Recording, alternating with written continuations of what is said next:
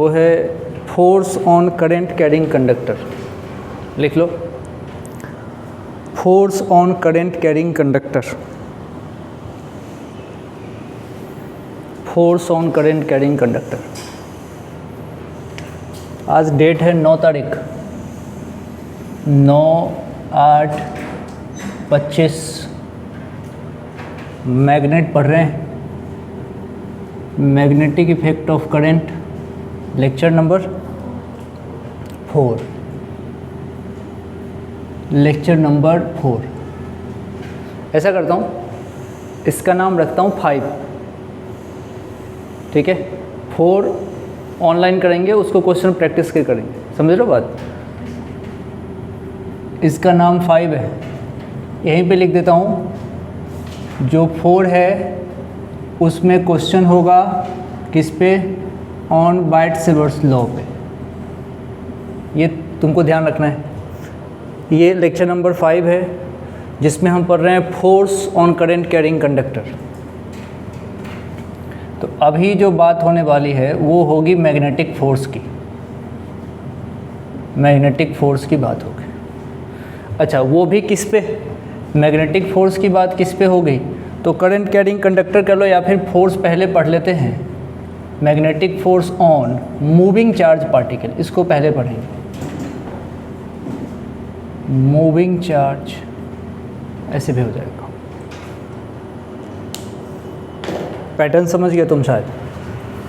4 question practice है जो online होगा। ये लेक्चर नंबर 5 मान रहे हैं जिसको कर रहे हैं हम अभी, जिसमें हम फोर्स की बात करेंगे। फोर्स कई तरीके से होता है, करंट कैरिंग कंडक्टर भी होता है और मूविंग चार्ज पार्टिकल का भी होता है। करंट कैरिंग कंडक्टर जब आगा तो उसमें फार्मूला आता है BIL sin थीटा, फिर वो बाद में कन्वर्ट हो जाता है बिना साइन थीटा। अभी मूविंग चार्ज पार्टिकल की बात अभी होने वाली है, अभी मूविंग चार्ज पार्टिकल की बात होने वाली है। हेडिंग सही से डाल दिया। अब आगे देखो तरीके से।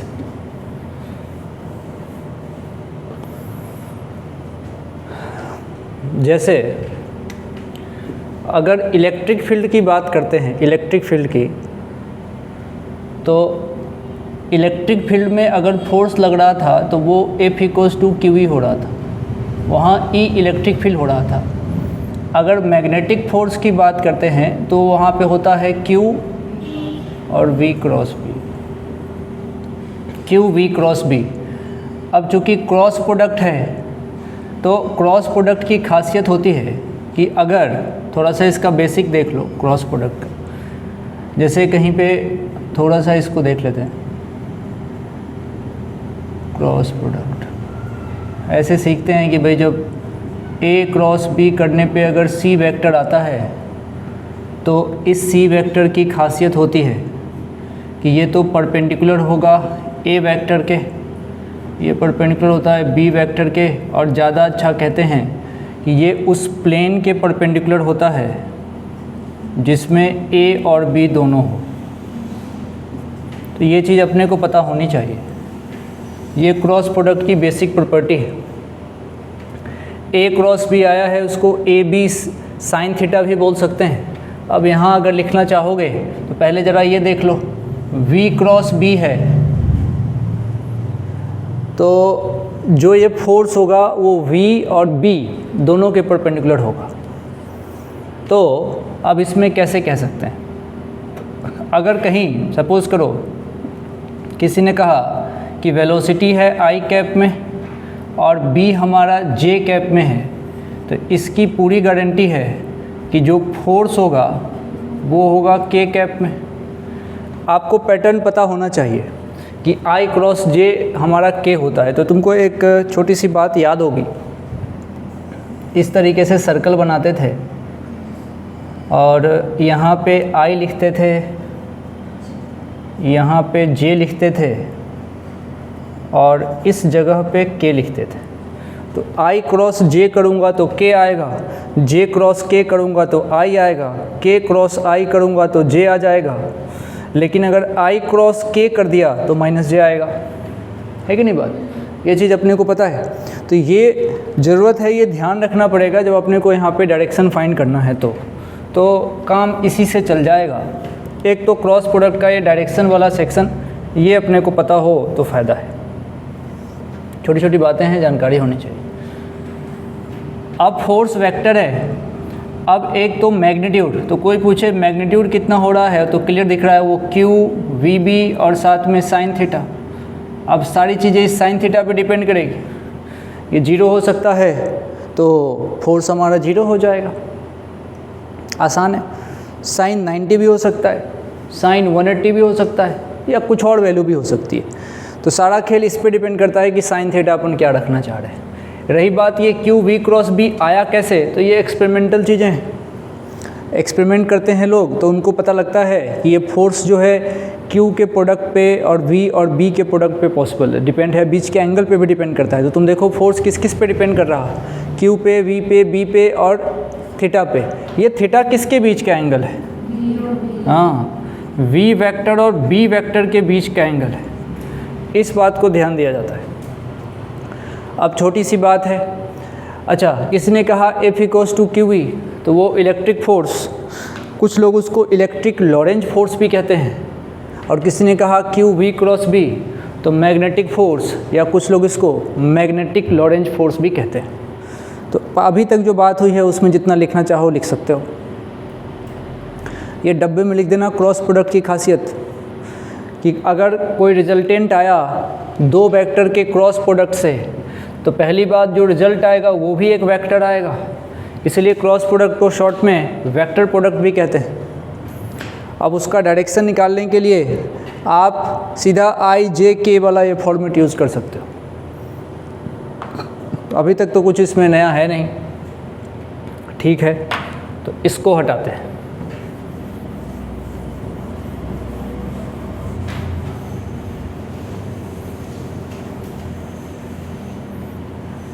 अब कहानी यहाँ से ये उठती है कि अगर मेरे से कहा गया कि डायरेक्शन निकालो तो मैं क्या कर सकता हूँ। देखो, how to find direction of magnetic force, how to find direction of magnetic force, और यही मेन सेक्शन है हमारा, डायरेक्शन कैसे निकालना है, डायरेक्शन कैसे निकालना है। तो अब आप देखिए, इसमें एक तो V है, दूसरा B है, और तीसरा वेक्टर हमारे पास फोर्स है। तो करना ये होगा, सबसे पहले राइट हैंड यूज़ किया जाता है, इसमें कोई तो शक है ही नहीं। अब राइट हैंड, कोई फ्लेमिंग रूल नहीं, कुछ भी नहीं, सिर्फ राइट हैंड यूज़ करेंगे पूरे सिलेबस में।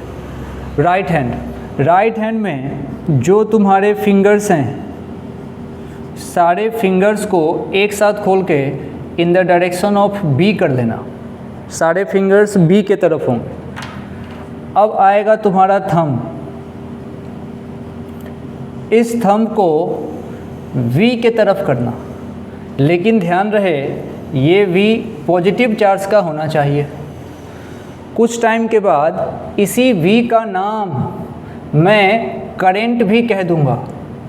तुम सोचो, ये अलग बात है ही नहीं, जिधर पॉजिटिव चार्ज जाएगा उसी तरफ करंट जाएगा, या उल्टा कहो करंट इलेक्ट्रॉन के अपोजिट जाता है।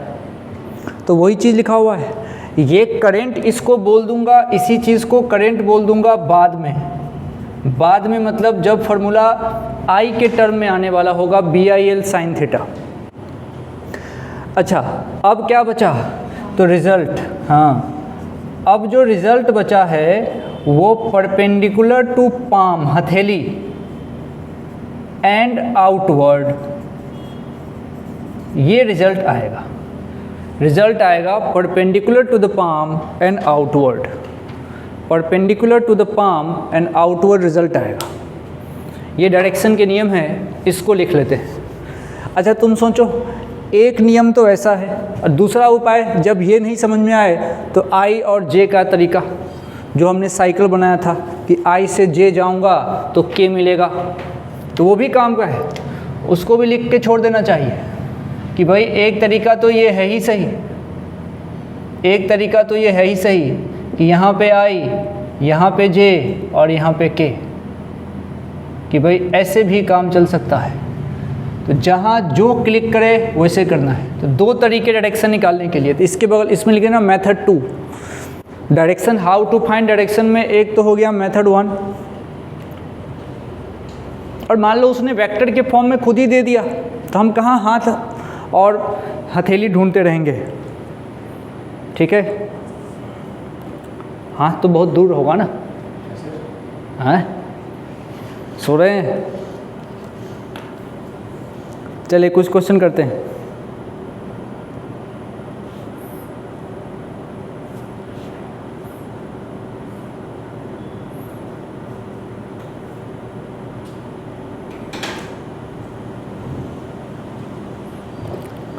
चार पांच क्वेश्चन है, उसको देख लो। पहला कह रहा है कि क्रॉस में मैग्नेटिक फील्ड है। पहला कह रहा है कि भाई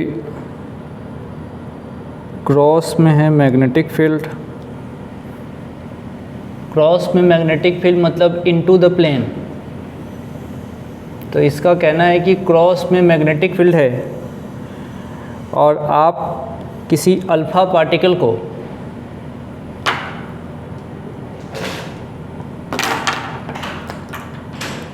इसमें कहा कि एक अल्फ़ा पार्टिकल को आप इधर भेज रहे हैं। पूरा सवाल लिखो पहले। दूसरा, क्रॉस में ही मैग्नेटिक फील्ड है,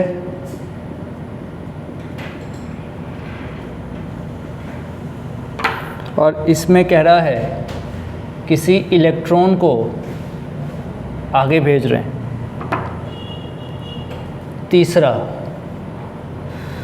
तीसरे में हमारे पास ऊपर में यहाँ नॉर्थ पोल है, नीचे में यहाँ साउथ पोल है, और बीच में एक पॉजिटिव चार्ज है जिसको इधर भेज रहे हैं। फोर्थ, डॉट में मैग्नेटिक फील्ड है। डॉट मतलब इस बोर्ड से बाहर की तरफ, डॉट में है मैग्नेटिक फील्ड, और आप किसी पॉजिटिव चार्ज को इधर भेज रहे। पांचवा, मैग्नेटिक फील्ड नीचे है, मतलब इसी प्लेन में है, इसी प्लेन में नीचे है। डॉट और क्रॉस तो इसके बाहर है, मतलब डॉट बाहर है, क्रॉस अंदर है, लेकिन अभी इसी बोर्ड पे है। और एक इलेक्ट्रॉन को इधर भेजा जा रहा है।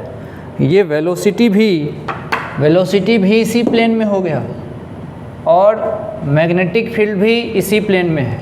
तो जो ब्लैक कलर से मैंने दिखाया है वो बी है। तो इसमें कहीं से कोई दिक्कत वाली बात नहीं होनी चाहिए। इस तरीके से बात करनी है। सारे फोटो बनाओ उसके बाद।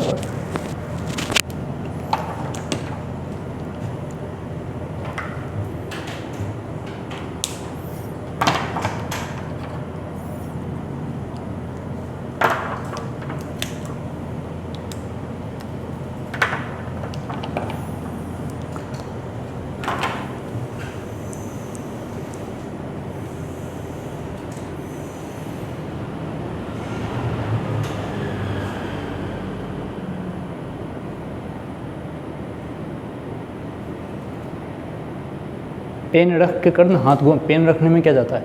पेन छोड़ो, अब करो।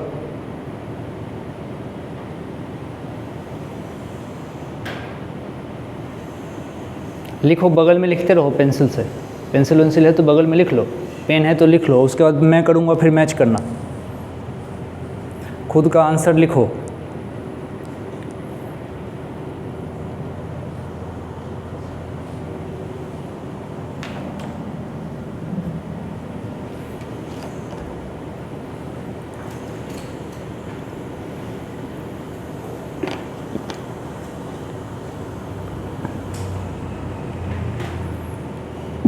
खिलाड़ी भैया खिलाड़ी। क्या पहना है भाई? इतना बड़ा सॉक्स, अब मुझे लग भी रहा था फुटबॉल वाला सॉक्स पहन के है, तो यहाँ से डायरेक्ट निकल जाएंगे। तो मन में अभी तो फुटबॉल नहीं चल रहा ना, हाँ अभी इधर ही रहो, फुल रेडी में आया है, तुरंत क्लास छूटे आज तो फुटबॉल सर, तो जिंदा टांग वांग बचा के आना। अगर मेरे पास मैसेज आया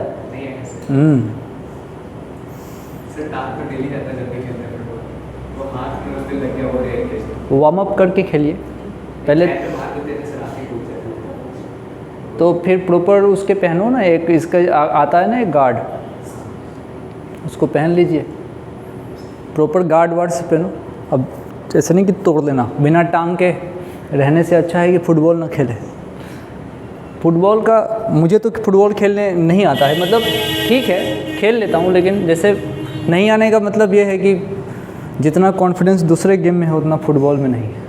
फुटबॉल बढ़िया गेम है, मैं जितनी बार खेलने गया हूँ उतने बार लोग टूटे हैं, मैं तो नहीं टूटा, लोग टूटे हैं, तो फिर मुझे लगा कि अरे यार बहुत फुटबॉल बहुत इंटेंस गेम है।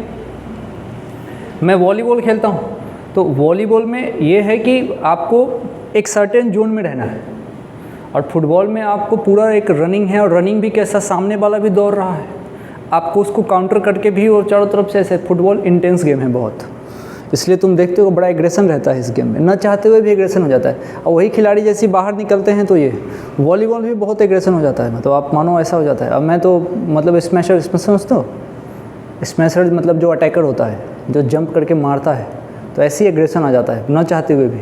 फिर वही मैच ख़त्म हो जाता है तो उससे दोस्ती करते थे, तो अपना तो ऐसा ही था, मैच ख़त्म हो जाने के बाद उससे बात करनी पड़ती थी। ऐसे नहीं होता कि फील्ड की लड़ाई लोग बाहर लेके जाते हैं, ऐसा कभी नहीं होता, लेकिन बहुत इंटेंस हो जाता है ना मामला किसी दिन, तो ऐसा हो जाता है।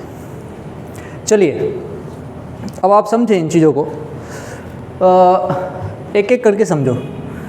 सबसे पहले आसान वाला लेके चलते हैं। अभी देखो सारे फिंगर्स को आप पहले तो राइट हैंड निकलेगा तुम्हारा, और सारे फिंगर्स को अंदर की तरफ करो, और वेलोसिटी ये अल्फ़ा है, ये मैंने मछली ऐसा बना दिया, ये अल्फ़ा है पॉजिटिव, तो अब अपने आप हाथ सेट हो गया हमारा। तो हमारा पाम नीचे की तरफ आ रहा है, नीचे नीचे। अब एक बुद्धि देखो, नीचे मतलब -y एक्सिस, तो मेरा जो डायरेक्शन आया फोर्स का वो आया मैग्नेटिक फोर्स, F मतलब यहाँ मैग्नेटिक फोर्स है, वो कहाँ आया, डाउन। डाउन मतलब इसी प्लेन में है, नीचे है, ये बात समझना भाई। देख एक अगर प्लेन के अंदर या बाहर हो गया, बाकी दोनों कहाँ होंगे, प्लेन में। इतना दिमाग लगाओ। अब ऐसा नहीं कि तुम नीचे में समझना, नीचे मतलब क्या, नीचे मतलब कॉपी में तो कर रही हूँ तो इधर हो रहा है, कॉपी में करके देख लो, नीचे आ रहा है ना, नीचे। नीचे मतलब कॉपी में, कॉपी से बाहर, कॉपी में या कॉपी से बाहर, कॉपी में।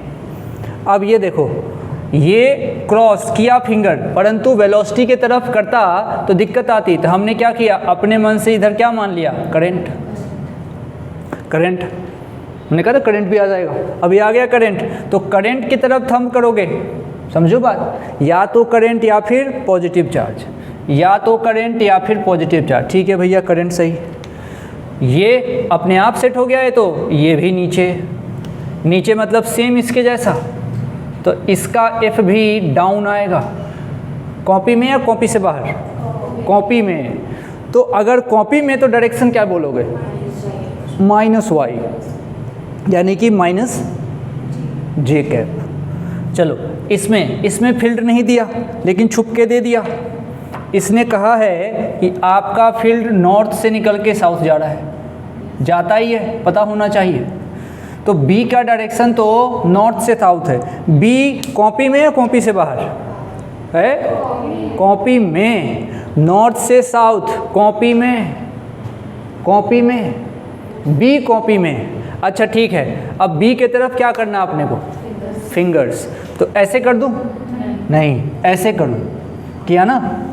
अब अंगूठा अपने आप आ गया, तो कहाँ आएगा, ये बाहर आएगा तुम्हारी तरफ, मुंह पे चाटा, चपैक। इसका मतलब जो इसका फोर्स आएगा वो आएगा आउट। आउट मतलब डॉट, डॉट मतलब कॉपी से बाहर, बिल्कुल मुंह की तरफ। ठीक है, पहले इस पे आता हूँ फिर लास्ट में इस पे आऊँगा। इस पे देख, जो बी यहाँ है वही बी यहाँ है। अब इसका इलेक्ट्रॉन आगे जा रहा है, इलेक्ट्रॉन नहीं सोचना है, तो हम तुरंत इस इलेक्ट्रॉन से करंट बना लेंगे। करंट इलेक्ट्रॉन का उल्टा जाता है। अब बी नीचे है तो नीचे फिंगर किया, कॉपी में करके देखो, नीचे फिंगर, कॉपी में देखो, नीचे फिंगर करो, सारे फिंगर्स नीचे करिए कॉपी में, नीचे फिंगर करो और करंट की तरफ अंगूठा करो, फिर वही आ गया ऊपर के जैसा। इसका जो फोर्स आया, क्या बोले तू? डाउन, अच्छा डॉट बोली, जोर से बोलना। हाँ, तो ये आ गया आउट, मुझे लगा डाउन। हाँ बिल्कुल, डॉट। क्या होगा? हाँ, डॉट को प्लस के बिल्कुल बोल सकते हैं। आपकी इच्छा है तो आप प्लस के बोल रहे, अपने मन से मत बोलना, वो एक्सिस दे के रखेगा उसके अकॉर्डिंग बोलना। मान लो उसकी इच्छा होगी नहीं मैं तो बाहर को क्या लूँगा, अगर नहीं कुछ बोला तब तो ठीक है बोल सकते हैं, लेकिन उसने अगर मान लो बगल में कोऑर्डिनेट दे दिया और ऐसे दे दिया, सपोज करो उसने कहा ये जेड है, ये वाई है और बाहर वाला एक्स है, तब ऐसा बोलोगे तब तो गड़बड़ हो जाएगा, तब तुमको प्लस एक्स बोलना पड़ेगा। तो ये देख के बोलना है। अब आ जाओ इस पे, इस पे। अब इसमें मेरा फिंगर ऐसे तो कर नहीं पाऊँगा, तो ऐसे किया, देख ऐसे किया, ये देख दिख रहा है और सही है अंगूठा वेलोसिटी की तरफ, तो फोर्स कहाँ लग रहा है? नीचे, नीचे। पहली बताओ, एक चीज़ बताओ, एक चीज़ बताओ, ये डॉट है मतलब कॉपी में या कॉपी से बाहर? कॉपी से बाहर। हाँ, कॉपी से बाहर। जैसी कॉपी से बाहर किया तुमने, ऐसे किया और वेलोसिटी इधर है, तो फोर्स कहाँ लग रहा है? नीचे। कॉपी में या कॉपी से बाहर? कॉपी में नीचे की तरफ, कॉपी में नीचे की तरफ, तो मतलब वो नीचे लगेगा F, और वो क्या लगेगा? डाउन, डाउन कॉपी में। इस बात को समझना, कॉपी में होगा तो y एक्सिस, तो इसको माइनस का y एक्सिस बोल सकते हो। अब चला देखो, अब ये करना थोड़ा अजीब लग रहा है ना, तो बता रहा हूँ उपाय। ये करना अजीब लग रहा है, ऐसे ऐसे का बार बार हो सकता है दिक्कत आए, तो चलो एक सवाल इसमें से, इसको यहाँ से कर लो, इसको वहाँ से कर लो उस नियम से। चलो 4 नंबर को लेके चलता हूँ। 4 नंबर चुपचाप देख लो पहले। देखो V क्रॉस B है, V किस डायरेक्शन में है? प्लस एक्स, पक्का। तो V तुम्हारा प्लस एक्स मतलब I कैप, I क्रॉस। ये कौन है? K है ना, जो हमारा ये वाला मैग्नेटिक फील्ड है वो कहाँ है? K, I cross K, I cross K। भैया K क्रॉस I होता तो J होता, I क्रॉस K मतलब माइनस का J। अरे हम भी तो यही कह रहे थे, F डाउन का मतलब हम कह रहे थे माइनस का J कैप, तो यहाँ से भी आएगा। ये मैंने क्वेश्चन नंबर 4 किया है, 4 था ना, क्या था? 4 था। ये भी लिख लो, वो तरीका भी।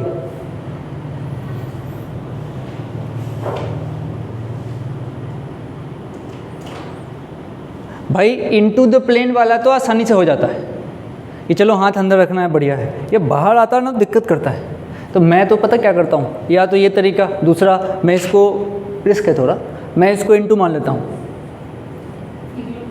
हाँ नहीं, इनटू मान लेता हूँ, इनटू द प्लेन मान लिया, इनटू घटाया, पाम कहाँ रहा है? ऊपर, लेकिन मेरा आंसर क्या होगा? नीचे। मत करना, रिस्की है, मत करना, रिस्की है। समझे क्या बोल रहा हूँ? मैंने मान लिया इसको इनटू, इधर कर दिया, पाम कहाँ? ऊपर, लेकिन मेरा आंसर नीचे हो। मामला रिस्की है, तो you should go for this. ठीक है, तो ये पूरी कहानी है। डायरेक्शन वाला सेक्शन तरीके से रिवाइज करना, क्योंकि इसको तुम भूल जाओगे। डायरेक्शन वाला सेक्शन को तरीके से रिवाइज कर देना, इसको तुम भूल जाओगे। और ये लेक्चर काम के रखना। अब तुम मुझे, मैं सोच रहा हूँ कि फिजिक्स में जितने भी सेक्शन में डायरेक्शन हैं सबका एक दिन क्लास लगाऊं, सिर्फ डायरेक्शन के बाद में रिवीजन के लिए, सिर्फ डायरेक्शन रहेगा उसमें। और बेसिक मैथ्स में किसी को दिक्कत आ रही है क्या? बेसिक मैथ्स में किसी को कैलकुलेशन वगैरह में दिक्कत आ रही है? मैथ्स में, लॉग में, कोई भी ऐसी चीज़? तो बेसिक मैथ्स में किसी को दिक्कत आए तो बताना, फिर पता चले कि सब बन गया, क्वेश्चन ही नहीं बन रहे। फिजिक्स तो आती है, मैथ्स नहीं आती। ये कौन सी फिजिक्स है जो बिना मैथ्स के हो? ये कौन सी फिजिक्स है?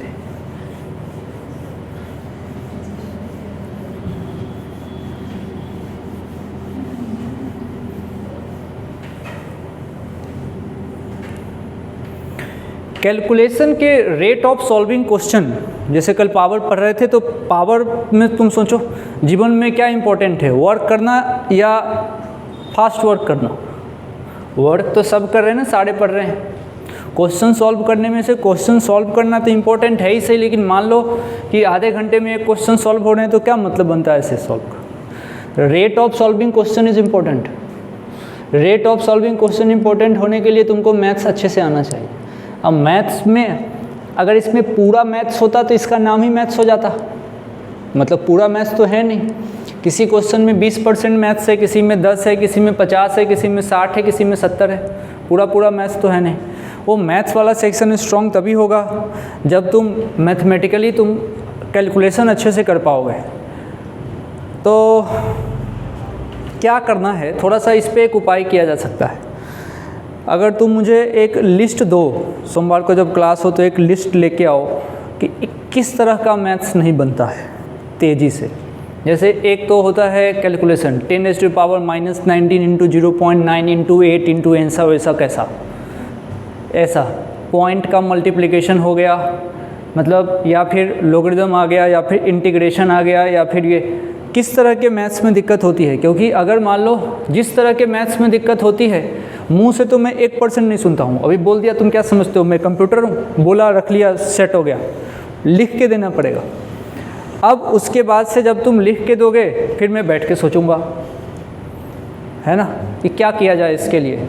अब चूंकि अब तुम सोचो ईमानदारी से, ये मेरा फिजिक्स के टीचर का काम थोड़ी है कि जोड़ घटाओ सिखाओ, लेकिन तुम सोचो जब तक जोड़ घटाओ गुना भाग आएगा नहीं तब तक बात बनेगी नहीं। मेरे हिस्से में जो सिखाने का है वो बीच में मैं सिखाता ही रहता हूँ, लेकिन उससे कहाँ बात बन रही है। मल्टीप्लिकेशन आता है तुम खुश हो जाते हो, फिर अंदाजे पे चलते हो। अंदाजे पे ना तो मॉडर्न फिजिक्स सही कर पाओगे, मॉडर्न फिजिक्स ना ही तुम हीट वाला सेक्शन सही कर पाओगे। अभी मॉडर्न आएगा उसमें ऐसे ऐसे गुना भाग है, इलेक्ट्रॉन का मास फिर उसका चार्ज, प्रोटॉन आ जाएगा उसका मास उसका चार्ज, अब 20-25 बार गुना करो। E बराबर mc², m होगा फिर c² की वैल्यू होगी उसको गुना करो। फिर वो कहेगा नहीं मैं तो इतनी स्पीड से भेजूंगा, वो कहेगा मास को ट्वाइस कर दिया, जो मास है उसको भी दोगुना करो। पहले ही मास मान लो किसी का मास है 9.31 इंटू 10 का पावर 28 मान लो किसी का है, वो कहा नहीं इसके मास को स्क्वायर किया गया। भैया तो ये सब तो आपको आना चाहिए। मास को आधा कर दिया गया, रेडियो एक्टिविटी उसके मैथ्स के तरीके हैं। अभी रूट मीन स्क्वायर गैस वाले में आएगा, वहाँ पे उनका मैथ्स है। तो अगर इस तरह का सेक्शन परेशान करेगा तो इस तरह के सेक्शन पे कमांड अच्छे से होना चाहिए। चलिए अभी जो बात हुई है कुल मिला के जितनी भी, इसमें डायरेक्शन वाला काम हमारा ख़त्म है। डायरेक्शन हम निकाल लेंगे, डायरेक्शन वाले में अपने को कोई दिक्कत नहीं है। अब जो अगली लड़ाई है वो है थोड़ी सी मैकेनिक्स वाले सेक्शन की। लिखो मैकेनिक्स, बेसिक मैकेनिक्स कहाँ यूज हो रहा है इसमें, मैकेनिक्स। अब देखना क्या है, वो तो ऐसे ही मैंने हेडिंग डाल दिया अच्छा लगे बस। हमारे पास F का फॉर्मूला क्या था,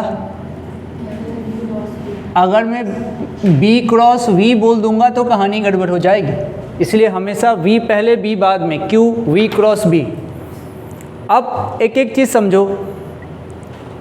एक चीज़ जो क्रॉस प्रोडक्ट की प्रॉपर्टी होती है उसमें कहा जाता है कि जो रिजल्ट आता है वो इसके भी परपेंडिकुलर और इसके भी परपेंडिकुलर, जानते हैं अभी लिखा था हमने। यानी कि एक बात तो श्योर है कि जो ये मेरा फोर्स होगा B को हटा दो, ये फोर्स पक्का परपेंडिकुलर होगा किसके, V के। ये तो होगा ही, B के भी होगा, लेकिन तुम तो चलो मैकेनिक्स की डील कर रहे हैं, सिर्फ V पे फोकस करो। पहली बात जैसे ही वहाँ पे देखा तो थीटा कितना आ रहा है अपना 90 डिग्री। भाई इन दोनों के बीच बताना 90 डिग्री। तुरंत मन में पावर आना चाहिए, अभी पढ़ रहे हैं ताज़ा ताज़ा। पावर, इंस्टेंटेनियस पावर है ना, तो इंस्टेंटेनियस पावर अगर मैं P इंस्टेंट की लिखूँगा तो F डॉट V होता है, तो वो तो यहाँ 0 हो गया, यानी कि मैकेनिकल फोर्स कोई पावर जनरेट नहीं करता, मैकेनिकल फोर्स कोई पावर जनरेट नहीं करता। पहली बात तो ये ख़त्म। और दूसरी बात और क्या कर सकते हैं, अब दूसरा वर्क डन सोच सकते हैं। जब पावर ही जीरो है तो पावर होता ही है W/T। अब पावर जीरो था, इसका मतलब W को भी जीरो होना पड़ेगा, W को भी जीरो होना पड़ेगा। एक तो ये तरीका सोचने का है। दूसरा, जिस डायरेक्शन में इंस्टेंटेनियस वेलोसिटी होती है उसी डायरेक्शन में डिस्प्लेसमेंट होता है उस इंस्टेंट पे। तो जिधर अगर v परपेंडिकुलर है f के तो इंस्टेंटेनियस उस इंस्टेंट पे डिस्प्लेसमेंट भी परपेंडिकुलर होगा f के, तो वहाँ पे भी F.s भी लगाओगे, थीटा 90 होगा, ये जीरो हो जाएगा वर्क। लेकिन आप पावर से सीधा सीधा सोचिए, काम आसान है। तीसरी बात, जब वर्क डन जीरो है तो वर्क बराबर हम जानते हैं डेल्टा के ही होता है, ये भी ताज़ा ताज़ा चल ही रहा है। और जब वर्क डन जीरो है इसका मतलब डेल्टा के ही जीरो होगा, इसका मतलब काइनेटिक एनर्जी की जो फाइनल होगी वही काइनेटिक एनर्जी की इनिशियल होगी, इसका मतलब काइनेटिक एनर्जी कांस्टेंट होगा, इसका मतलब जो यहाँ से स्पीड आने वाली है वो स्पीड होगी कांस्टेंट। मतलब मैग्नेटिक फोर्स में इतनी हिम्मत होती नहीं है कि वो स्पीड बदले। अब थोड़ा पहले क्लास की डेफिनेशन पे चलो, उसमें हमने क्या देखा था कि पहले चार्ज को अगर रेस्ट पे रखूँगा तो इलेक्ट्रिक फील्ड, और चार्ज को अगर मोशन में रखूँगा कांस्टेंट स्पीड से तो मैग्नेटिक फील्ड का नंबर वहाँ पे आएगा, यहीं से आता है। चलो, यहाँ स्पीड कांस्टेंट, मतलब कि कुल मिला के यहाँ पे इतनी बात करी जा सकती है। इसमें से सवाल बन सकता है, डायरेक्ट सवाल इसमें से पूछा जा सकता है कि ना तो पावर है ना ही वर्क है, और उसके बाद से स्पीड भी कांस्टेंट है और काइनेटिक एनर्जी भी कांस्टेंट है। Power zero, work zero, kinetic energy constant और स्पीड कांस्टेंट। चार चीज़ें समझ में आनी चाहिए, चार चीज़ें। चौथे में इसको लिख लेना।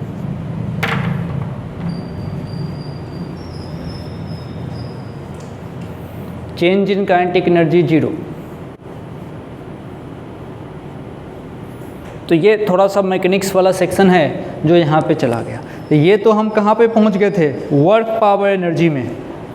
इसी तरीके से हम पहुँच सकते हैं वहाँ भी, उस वहाँ का नाम है सर्कुलर मोशन, जो थोड़ी देर बाद पहुँचेंगे सर्कुलर मोशन पे।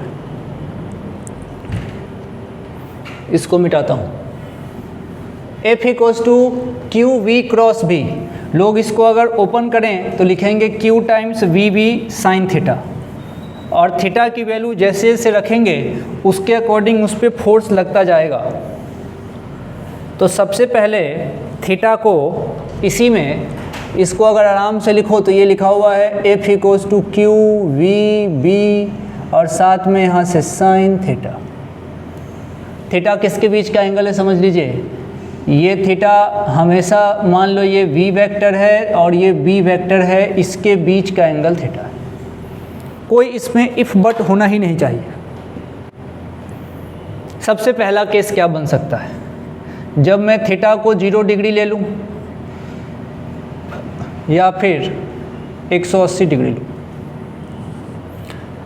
साइन की बात तो दोनों केस में 0 ही होगी।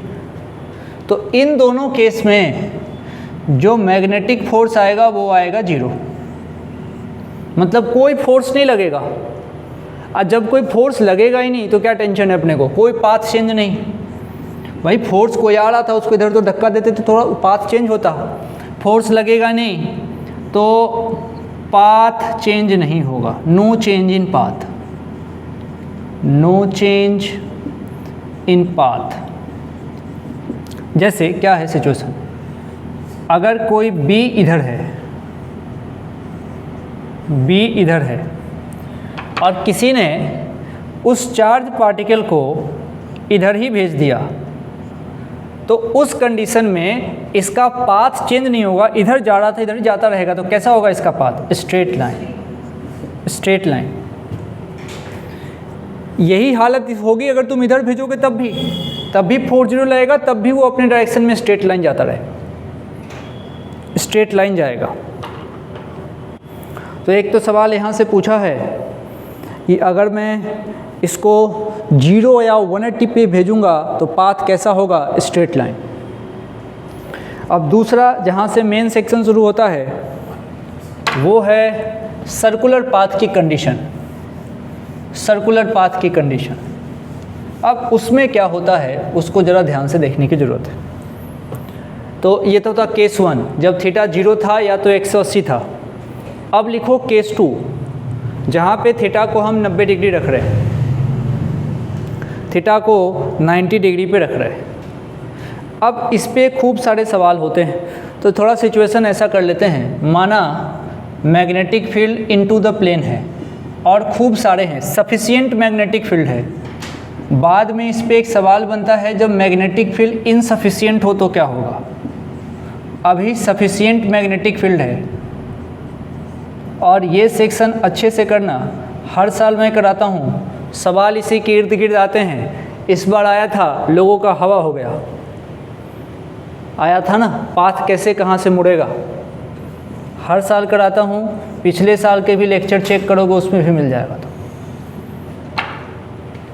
अब आप देखिए, मैग्नेटिक फील्ड अंदर है, ठीक। अब मुझे एंगल बनाना है 90 डिग्री, तो मैग्नेटिक फील्ड की शुरुआत यहाँ से हो रही है, माना यहाँ से मैग्नेटिक फील्ड की शुरुआत हो रही है। कुल मिला के जो एंट्री होनी है वो एंट्री यहाँ से होनी है। तो मैं यहाँ से ऐसा कह दूँ कि एक चार्ज पार्टिकल है प्लस, उसको मैंने यहाँ से इंटर कराया, उसकी वेलोसिटी v है। मैग्नेटिक फील्ड अंदर, वेलोसिटी इधर, तो फोर्स कहाँ लगेगा? ऊपर। फोर्स लगेगा ऊपर। फोर्स ऊपर लगने से, फोर्स ऊपर लगने से, थोड़ा नीचे से बनाता हूँ यहाँ, फोर्स ऊपर लगने से, अब देखना ये अंदर फील्ड, वेलोसिटी, फोर्स ऊपर, ऊपर लगने से इसको लगातार, ये बेचारा आगे बढ़ेगा, इसको धक्का मिलता जाएगा, मतलब ये मुड़ता जाएगा, मुड़ता जाएगा। अब मुड़ेगा तो इसका सेंटर यहाँ बनेगा। इनसफिशिएंट क्या बोल रहा हूँ मैं, समझना। मान लो इसको धक्का हुआ है, मुड़ा मुड़ा मुड़ा मुड़ा मुड़ा, यहाँ आया, यहाँ फील्ड ही खत्म हो गया, अब तो परेशान हो गया, फिर टेंजेंशियल निकल जाएगा। लेकिन मान लो ये ऐसे गया, मुड़ा और पूरा फील्ड मिला है, तो पूरा सर्कल बनेगा ऐसा। बात समझो। और सर्कल अगर बन गया, एक तो वो कहते हैं कि नहीं भाई गया था यहीं फील्ड खत्म हो गया, तब तो नई फिजिक्स शुरू होगी वहाँ से।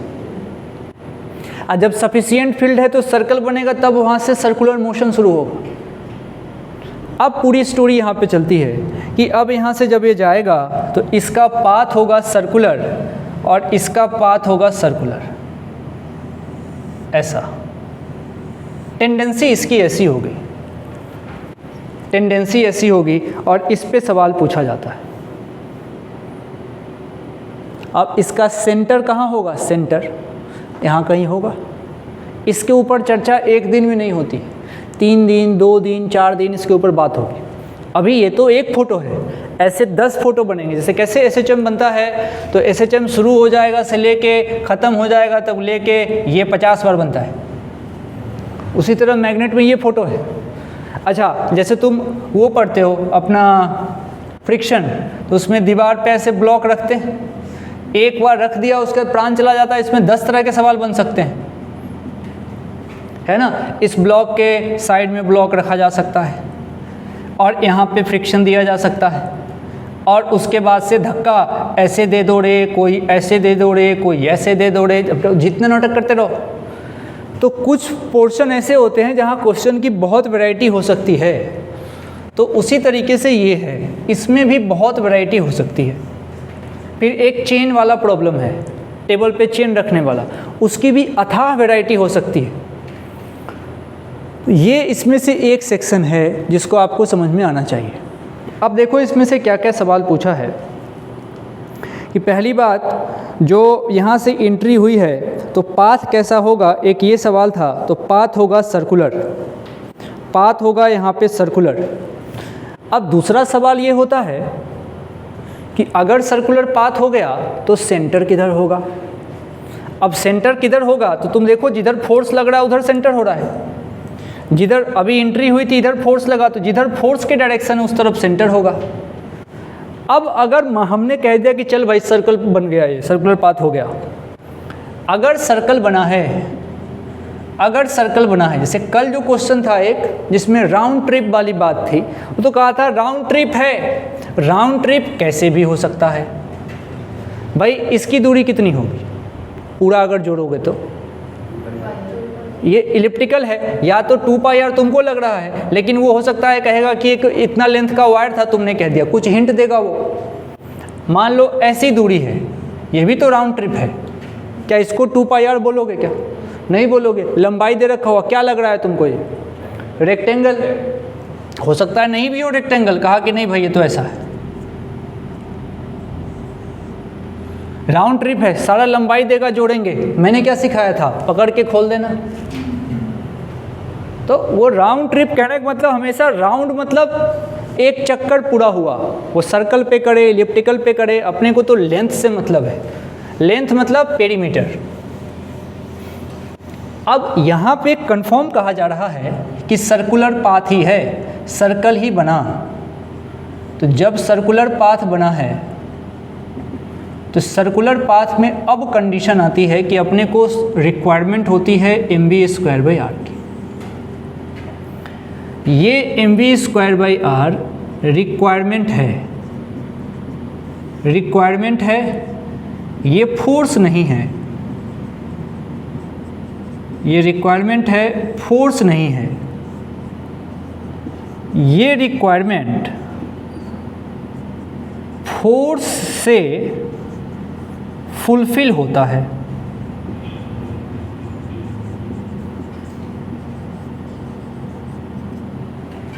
सर्कुलर पाथ में mv²/r रिक्वायरमेंट है, mv²/r फोर्स नहीं है। हाँ, अब अगर ये रिक्वायरमेंट है तो इसको फुलफिल करने का काम कोई फोर्स करेगा, फुलफिल करने का काम कोई फोर्स करेगा। अब शांति से बात को सुनो। यहाँ पे जो फोर्स लगेगा, मैग्नेटिक फोर्स, वो कितना लगेगा, QVB, और साथ में sin 90 जो 1 हो जाएगा, तो यहाँ पे मैग्नेटिक फोर्स लगेगा QVB। ये मैग्नेटिक फोर्स mv²/r देगा। कौन? ये मैग्नेटिक फोर्स, इस बात को समझो, ये मैग्नेटिक फोर्स ही mv²/r देगा। तो भाई अगर इस सर्कुलर मोशन करना है, यहाँ से मैग्नेटिक फोर्स आया, यही इसको mv²/r देगा क्या? अब जरा सोचो आगे, अब तो खेल बन गया, बैठो आराम से भी। अब आराम से समझो चीज़ों को, देखना mv²/r किससे मिलेगा? QVB से। अब यहाँ से v से v हटाइए तो r की वैल्यू क्या आ रही है? mv/qb, mv/qb, ये r की वैल्यू है, r की वैल्यू mv/qb। इस r को हम जितने तरीके से लिखना चाहें लिख सकते हैं, जितने तरीके से। जैसे सब तुम लिख लो, एक तो तुम mv मोमेंटम है तो इसको p लिख सकते हो, मोमेंटम, तो p को लिख लो मोमेंटम, चलो ऐसे लिख दो मोमेंटम। और मोमेंटम को क्या लिख सकते हो? √2m के कौन है? Kinetic energy. अच्छा, तो एक फार्मूला इसके टर्म में आ जाएगा, मैं नहीं लिख रहा हूँ एक साथ।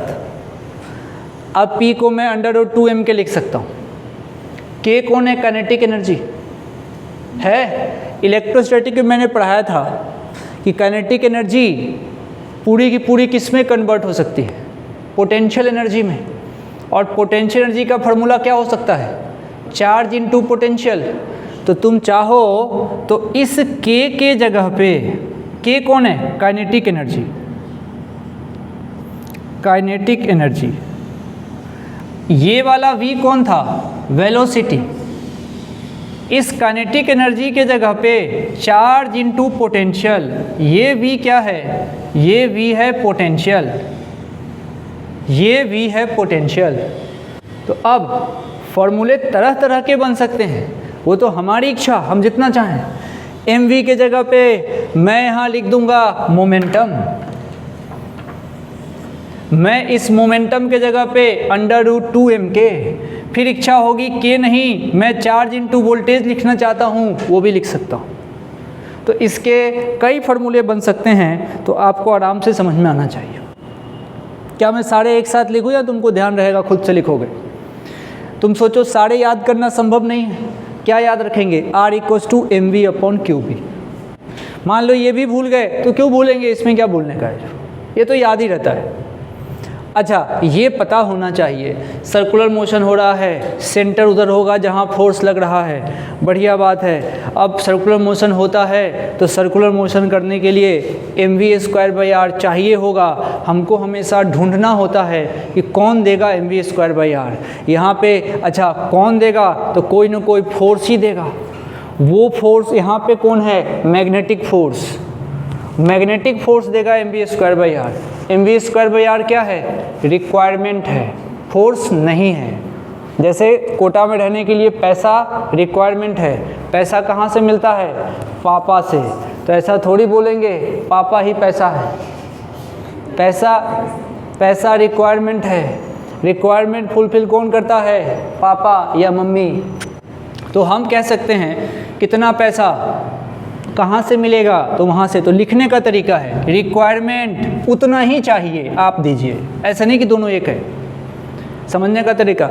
अच्छा, क्यों ये बात काम आती है कि पापा ही पैसा है, ऐसा नहीं बोल सकते, क्योंकि जब फ्री बॉडी डायग्राम बनाओगे तो इसको यूज नहीं करते हैं, फोर्स थोड़ी है ये, फ्री बॉडी डायग्राम में कभी इसको यूज नहीं किया जा सकता। अच्छा ठीक है, ये लिखने के बाद R की वैल्यू इतनी होगी मान लिया। अब और क्या बातें यहाँ से हो सकती है कि ये जो मोशन है इसका टाइप क्या होगा, तो ये होगा यूनिफॉर्म सर्कुलर मोशन, क्योंकि स्पीड कांस्टेंट है। लिख लीजिए, यूनिफॉर्म सर्कुलर मोशन होगा क्योंकि स्पीड कांस्टेंट है।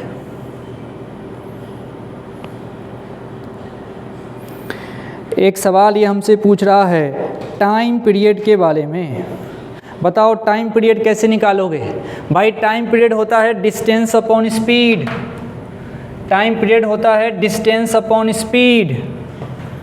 अब लिखो अगला सेक्शन, इसके लिए अंदर लिखना time period, time distance 2πr upon speed v। अब टाइम पीरियड की वैल्यू देखो, 2πr के जगह पे mv/qb और ये v है। टाइम पीरियड लिख दो, R के जगह पे mv/qb। अब इसको थोड़ा रीअरेंज करके बताओ, कुछ कट कुट रहा है तो बताओ कितना है ना, v कट गया तो तुमने कहा कि t हमारा आ रहा है 2πm/qb। ये टाइम पीरियड है।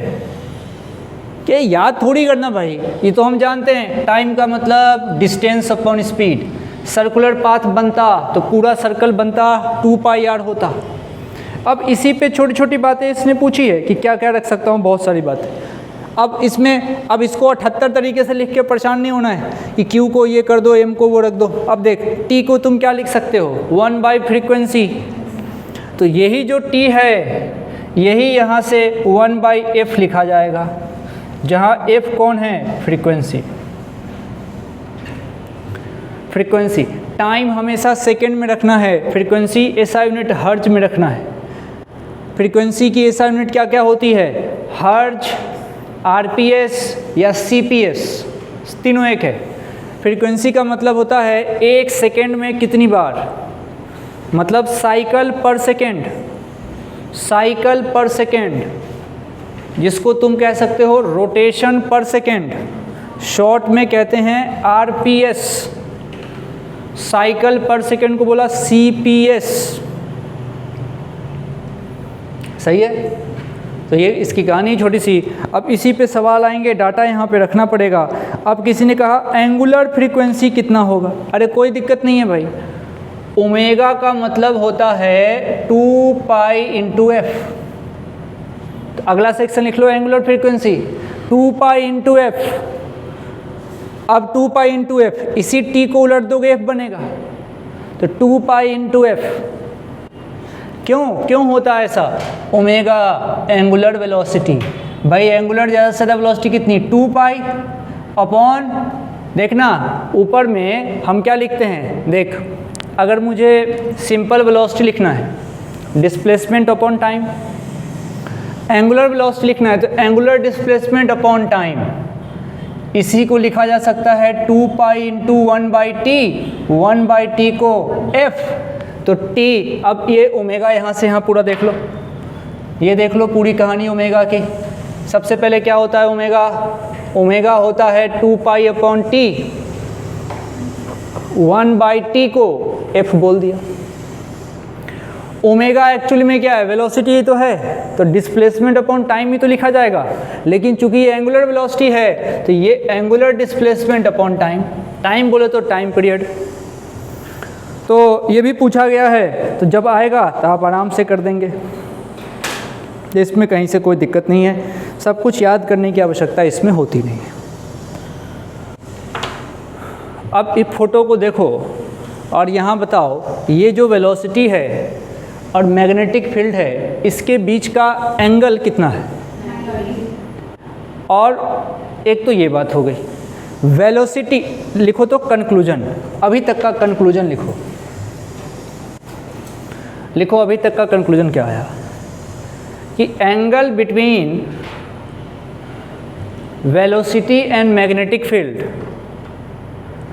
Angle between velocity and magnetic field, पहला केस लिखो 0 डिग्री, फिर डैश देख लिखो पाथ स्ट्रेट लाइन, सही था। फिर दूसरा लिखो एंगल 90 डिग्री, तो पाथ हो गया सर्कुलर। और जब वो सर्कुलर पाथ हो गया तो r की वैल्यू आई mv अपॉन qb। ये ध्यान रखना है, ये v परपेंडिकुलर वेलोसिटी है किसके? इस b के। मतलब v एक्चुअली में परपेंडिकुलर वाला पार्ट है, v सही में परपेंडिकुलर वाला पार्ट है।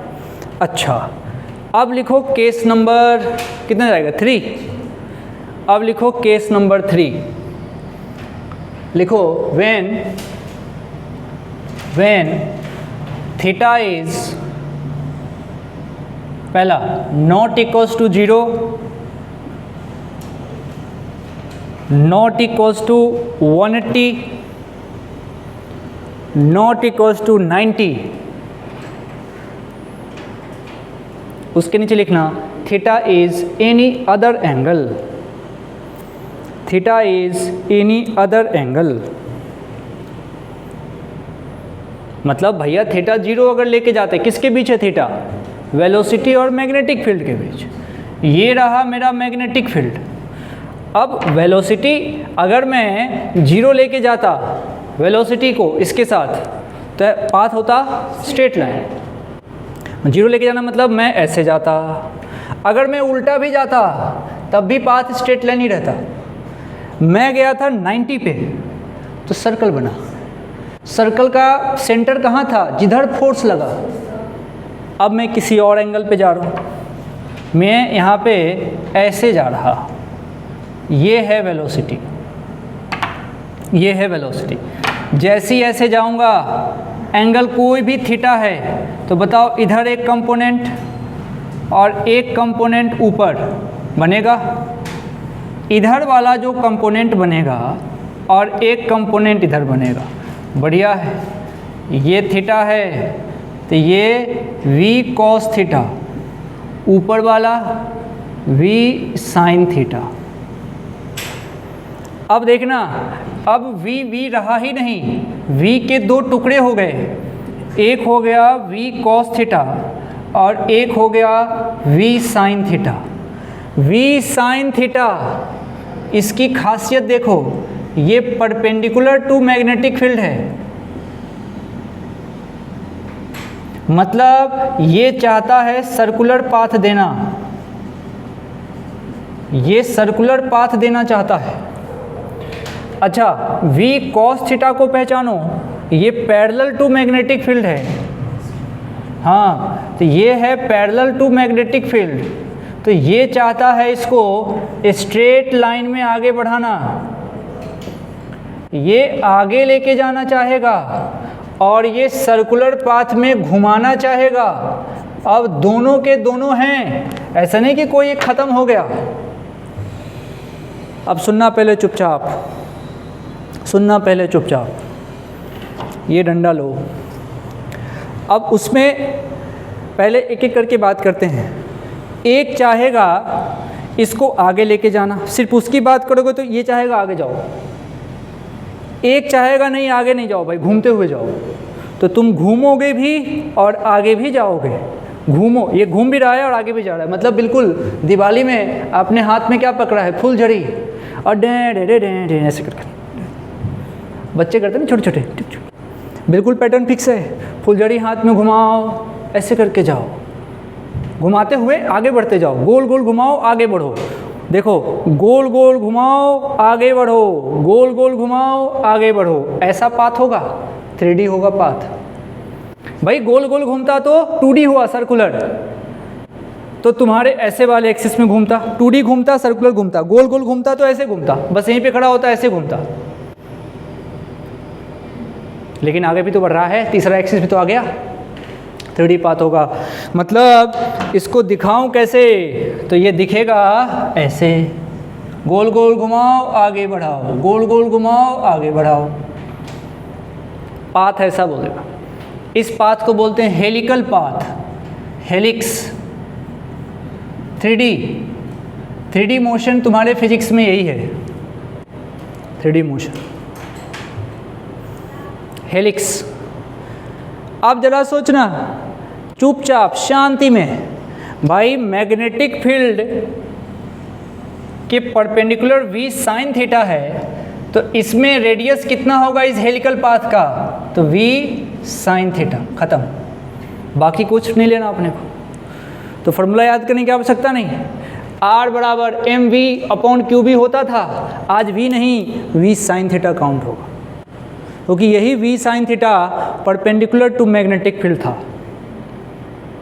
है ना बात। तो यही पूछा जाता है। और एक हमसे पूछा कि भाई चलो घूमने का तुमने निकाल लिया, ये v cos थीटा क्या कर रहा है, आगे बढ़ा रहा है, किसी t टाइम में कितना आगे गया, उसको बोलते हैं पिच। पिच, भाई v cos थीटा का भी काम देख लें क्या करता है, तो लिख low pitch of helix, pitch of helix, बस लिख लो पिच ऑफ हेलिक्स। तो पिच कौन देगा, पिच देगा ये v cos theta into time,